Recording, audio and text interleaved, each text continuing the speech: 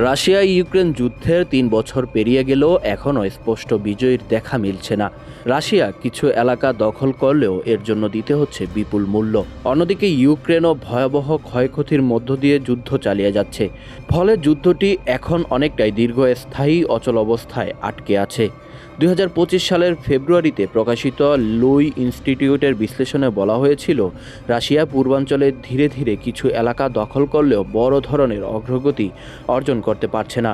কারণ প্রতিটি অগ্রগতির সঙ্গে রাশিয়ার সামরিক ক্ষয়ক্ষতিও বাড়ছে। একই সময়ে রাশিয়া ও ইউক্রেন দীর্ঘপাল্লায় হামলার সক্ষমতা প্রায় সমতায় পৌঁছে গেছে। আর এখানেই যুদ্ধটির সবচেয়ে বড় পরিবর্তন। এই যুদ্ধে শুধু ট্যাঙ্ক, কামান কিংবা যুদ্ধ বিমান নয়, ড্রোন ও কৃত্রিম বুদ্ধিমত্তা এখন যুদ্ধের অন্যতম প্রধান অস্ত্র। লুই ইনস্টিটিউটের বিশ্লেষণ অনুযায়ী যুদ্ধের শুরুতে যেখানে শত শত ড্রোন ব্যবহৃত হতো, এখন দুই দেশই বছরে লাখ লাখ ড্রোন তৈরির সক্ষমতা তৈরি করছে। নজরদারি থেকে শুরু করে হামলা, আহত সেনাদের সরিয়ে নেওয়া, এমনকি মাইন শনাক্তকরণেও ড্রোন ব্যবহার করা হচ্ছে। ইউক্রেন বিশেষভাবে সমুদ্র পথে চালিত ড্রোন ব্যবহার করে নতুন কৌশল তৈরি করছে। এসব প্রযুক্তির মাধ্যমে তারা রাশিয়ার কৃষ্ণসাগরীয় নৌবহরকে বড় ধরনের চাপে ফেলেছে। আবার আকাশ ও সমুদ্র ড্রোনকে একসঙ্গে ব্যবহার করে রাশিয়ার সামরিক স্থাপনায় হামলার মতো নতুন কৌশলও দেখা গেছে।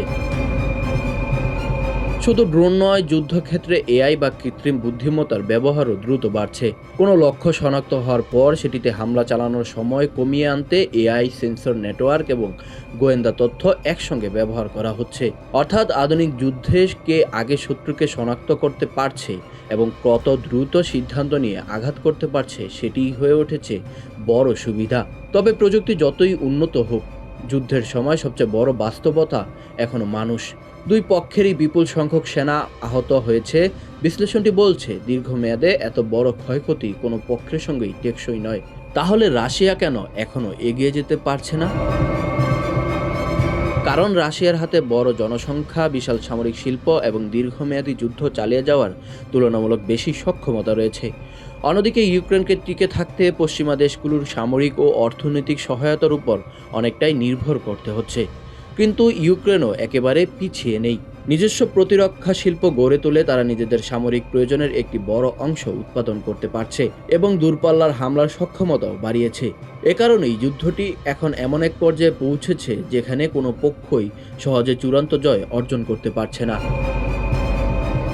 রাশিয়া যদি বড় আকারে নতুন সেনা সমাবেশ করে তাহলে সামরিক সুবিধা বাড়তে পারে, কিন্তু এতে দেশটির অর্থনীতি ও অভ্যন্তরীণ রাজনৈতিক চাপ তৈরি হওয়ার ঝুঁকি রয়েছে। অন্যদিকে ইউক্রেন যদি যুদ্ধ চালিয়ে যেতে চায় তাহলে তাদের প্রয়োজন আরও অস্ত্র, গোলাবারুদ, প্রযুক্তি এবং পশ্চিমা সমর্থন। সবচেয়ে গুরুত্বপূর্ণ বিষয় হলো, এই যুদ্ধ শুধু রাশিয়া ও ইউক্রেনের যুদ্ধের ধারণাই বদলে দিচ্ছে না, বিশ্বের সামরিক কৌশলও বদলে দিচ্ছে। পশ্চিমা দেশগুলো বুঝতে পারছে, ভবিষ্যতে যুদ্ধে শুধু আধুনিক যুদ্ধ বিমান বা বড় সেনাবাহিনী থাকলেই হবে না। প্রয়োজনে দ্রুত অভিযোজন, ড্রোন প্রযুক্তি, এআই ও সাইবার সক্ষমতা এবং দীর্ঘমেয়াদী যুদ্ধের জন্য পর্যাপ্ত সামরিক উৎপাদন ব্যবস্থা। আর সবচেয়ে বড় শিক্ষা, আধুনিক যুদ্ধ শুধু অস্ত্রের শক্তিতে জেতা যায় না, প্রয়োজন নেতৃত্ব, কৌশল, অর্থনীতি এবং দীর্ঘদিন যুদ্ধ চালিয়ে যাওয়ার সক্ষমতা। তাই রাশিয়া ইউক্রেন যুদ্ধের সামনে এখন সবচেয়ে বড় প্রশ্ন, শেষ পর্যন্ত কে জিতবে?